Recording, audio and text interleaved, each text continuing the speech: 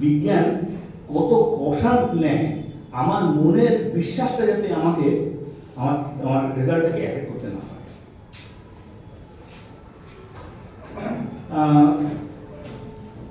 2016 সালে gravitational wave আবিষ্কার হয়েছিল না? বুঝলো তো? গ্র্যাভিটেশনাল ওয়েভ মানে Einstein theory of relativity predict করেছিল 1916 সালে। প্রেডিক্ট করেছিল যে গ্র্যাভিটেশন মানে স্পেস টাইমে ওয়েভ হতে পারে, সেটা মাপা যায় 100 বছর মাপা যায়। কিন্তু বিজ্ঞান সবসময় বলবে যে আমি মানব না, ততক্ষণ মানব না যতক্ষণ পর্যন্ত প্রমাণ পাই। ফলে প্রমাণ করার চেষ্টা করে গেছে, মাপার চেষ্টা করে গেছে। কিন্তু এটা ঘটনা, আমি ওই কমিউনিটিতে বিলং করি বলে বলছি যে আমি এমন কোনো বিজ্ঞানী দেখিনি যে আইনস্টাইনের থিওরি অফ রিলেটিভিটি পড়ে চমৎকৃত হয়। এই জিনিস বলতে পারে না মনে হয়নি, এত সুন্দর তার পুরো স্ট্রাকচারটা। তার মানে কি, যে মাপতে যাচ্ছে তার মনটা অলরেডি পাবো বলে মনে করছে, তাই না? এটাকে তার এফেক্ট করতে দেওয়া যায় না। কিভাবে করে দেখুন, যেটাকে সে মাপতে যাচ্ছে সেটা হচ্ছে যে কোনো একটা দৈর্ঘ্য। এই দৈর্ঘ্যটা ধরে নিন 4 কিলোমিটার দৈর্ঘ্য। এই 4 কিলোমিটার দৈর্ঘ্য একটুখানি কমে একটুখানি বেড়ে যাবে। এই যে কমা বাড়াটা হলো কতটা, এই কমা বাড়াটার পরিমাণটা একটা অ্যাটমের মধ্যে যে নিউক্লিয়াস আছে তার মধ্যে যে প্রোটনটা আছে সেই প্রোটনের রেডিয়াসের থেকে ছোট, এই পরিমাণ কমে বাড়বে। এই কারণে এতদিন ধরে মাপা যায়নি। এই কারণে যে কোনো ছোট্টখাট্টো কম্পনই মনে হতে পারে কি গ্র্যাভিটেশনাল ওয়েভ। যেখানকার যে যন্ত্রটা আছে, বিশাল যন্ত্র তৈরি করা হয়েছিল, কিন্তু যেখানে যন্ত্রটা আছে তার পাশে একটা গাড়ি চলে গেলে মনে হবে কাঁপলো, কাঁপবে তো।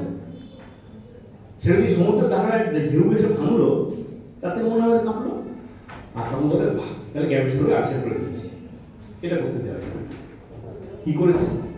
দুটো জায়গাতে তৈরি করছে, আমেরিকার দুটো প্রান্তে। এখানে যে যে কম্পনটা হবে ওখানে সেটা নিশ্চয়ই হবে না। তাহলে এটা দেখে আমি বুঝতে পেরে যাবো যে যে অ্যাকচুয়ালি কোনটা আসল কম্পন। তো কেননা ওই যে রাত্রিবেলা বিজ্ঞানীরা কাজ করছে, জেগে বসে আছে, অপেক্ষা করে আছে কখন এরকম একটা কম্পন আসবে, সেটা অপেক্ষা করে আছে।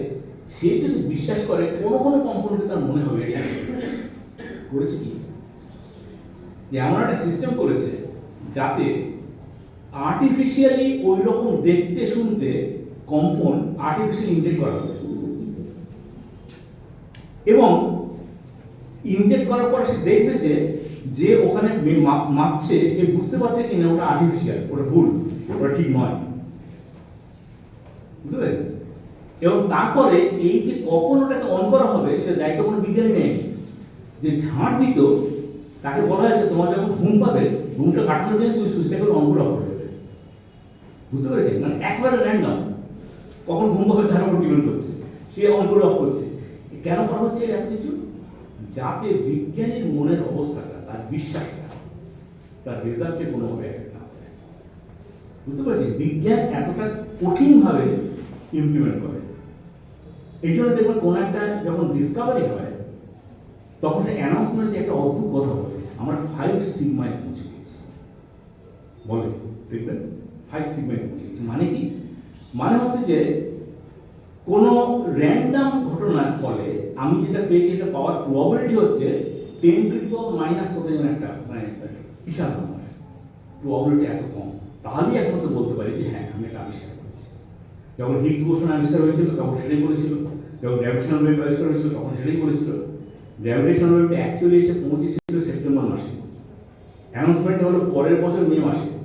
এত বছর এতদিন ধরে কী করেছে? পুরো যে ডেটা অ্যানালাইজ করেছে, সারা পৃথিবীর লক্ষ লক্ষ বিজ্ঞানী অ্যানালাইজ করেছে, করে আলাদা আলাদাভাবে রেজাল্ট তৈরি করেছে, তার জন্য ট্রাই করানো হয়েছে, করে যখন সে সিদ্ধান্তে পৌঁছে না এটা সত্যি সত্যি, তখন অ্যানাউন্সমেন্ট হয়েছে। বিজ্ঞান এত কঠিনভাবে যা আমরা বিশ্বাস করি তার প্রমাণ চাই। বুঝে গেল? আমাদের ক্ষেত্রে কি, আমরা যেটা বিশ্বাস করব, আমরা যেটা চিন্তা করব, আমার যেটা মনে হবে, সবটার ক্ষেত্রে এরকম আমরা প্রমাণ চাই। এটা যদি আমরা চাই, খুঁজি, এবং সেটা খোঁজার উপায়গুলো যদি আমরা ভাবতে থাকি, এই ভাবাটা ওই অভ্যেস করি। রীতি ঘটা বলেছেন না, ভাবো ভাবা অভ্যেস করো, সেরকম আর কি, বাবা প্র্যাকটিস করে সেরকম যদি আমরা প্র্যাকটিস করি তাহলে আমরা সেটাকে পৌঁছতে পারি। একটা ছোট্ট এক্সাম্পল দিচ্ছি।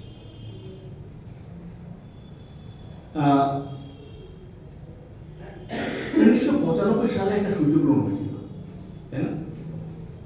আপনার যারা একটু বয়স্ক তাদের মনে আছে, যারা ছোট তখন শুনেছে হয়তো এটা হয়েছিল। তখন আমরা ব্রেক সায়েন্স সোসাইটির উদ্যোগে স্কুলে স্কুলে গ্রামে গ্রামে গিয়ে, হ্যাঁ, মানে সব জায়গাতে গিয়ে প্রচার করার চেষ্টা করছি আমরা কাকে বলে, পেনান্ডার কাকে বলে, হ্যাঁ কী করে হয়, অ্যান্ড দেন কোন জায়গা থেকে দেখা যাবে, টোটালি ডিবেট কী কীভাবে দেবে করেছি। এবং তার সঙ্গে প্রশ্নটা উঠেছে তার খাবার ফেলে দেবো কি, সূর্যগ্রহণ সময় খাবার ফেলে দেবো কি।